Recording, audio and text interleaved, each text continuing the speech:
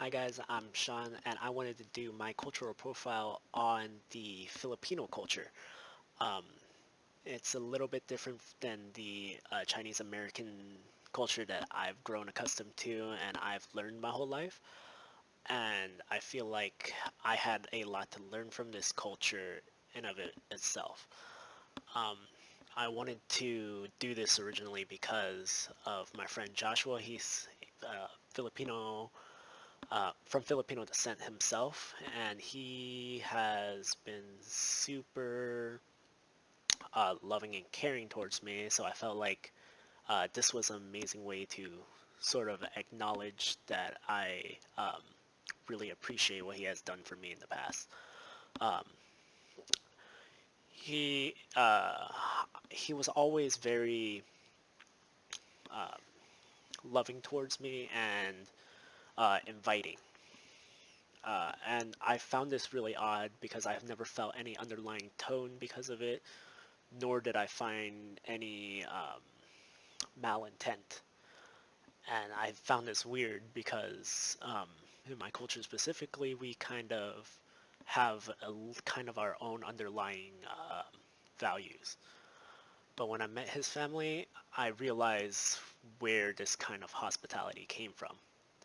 Um, his culture values it and uh, really, really emphasizes it on it a lot on hospitality, one of their very large core values.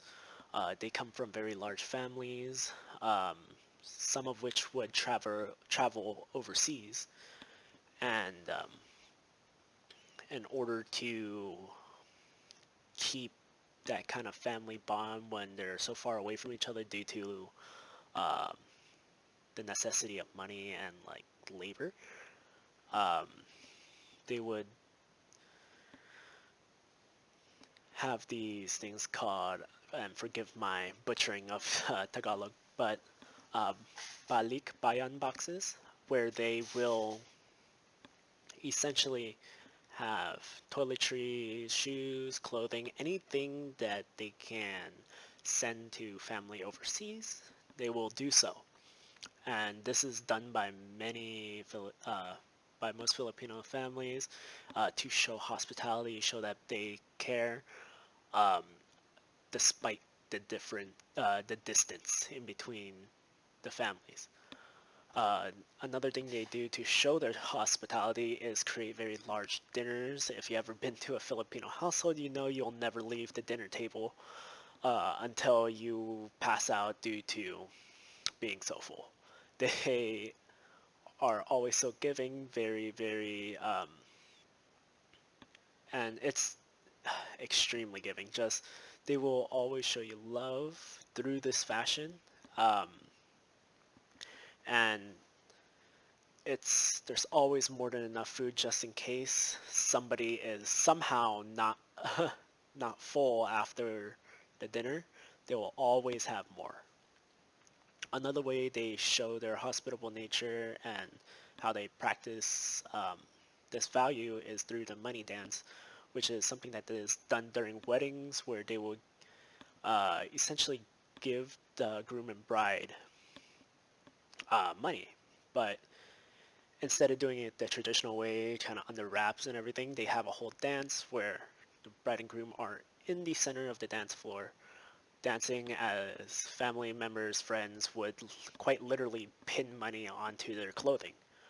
Um, and it's to show that your family, is very giving and willing to give. It's kind of like to put out a good face in front of others, um, and it's very, very important to them.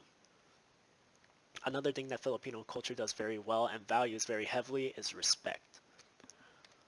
So they will show respect to elderly and authority. So like anyone with any sort of authority over you, like a boss, they would show respect to by excuse me, not by not referring to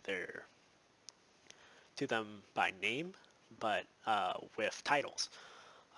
They would call a older gentleman tito or an older lady tita or uncle and auntie respect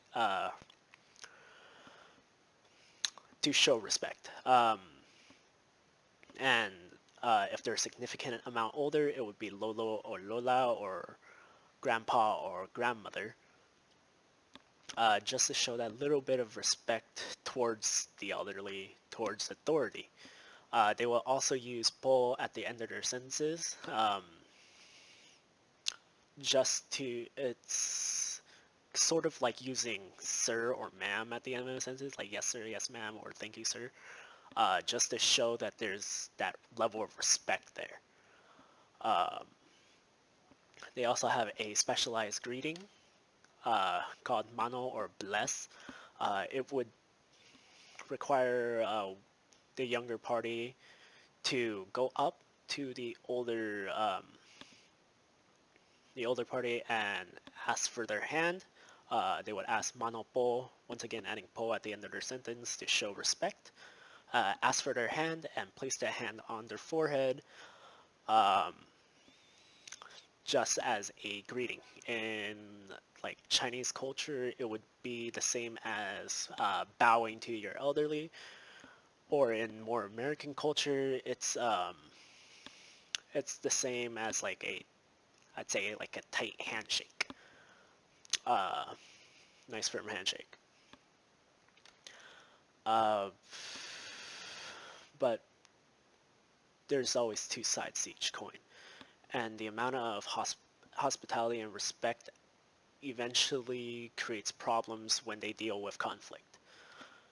They have issues talking about controversial subjects because they avoid conflict altogether. They don't want to bring shame and possibly harm the image that they put out or the image that they want their family to portray.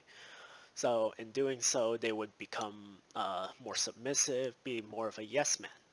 Uh, Even outright saying no is it's not used very often. Just because no is considered rude and it will bring shame, which is what they try to avoid. Uh, and they always are looking to save face, so trying not to be the face of shame, uh, not to be somebody that involves themselves in a lot of conflict. And sometimes in life, you have to step up and be more confrontational. And I find that a lot of Asian cultures, Filipino culture especially, has a very hard time with standing up for themselves. Um, and that's something that is very common amongst their culture.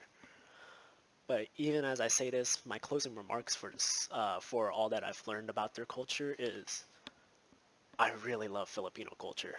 This is a picture of me and the Filipino club during prom a couple years back.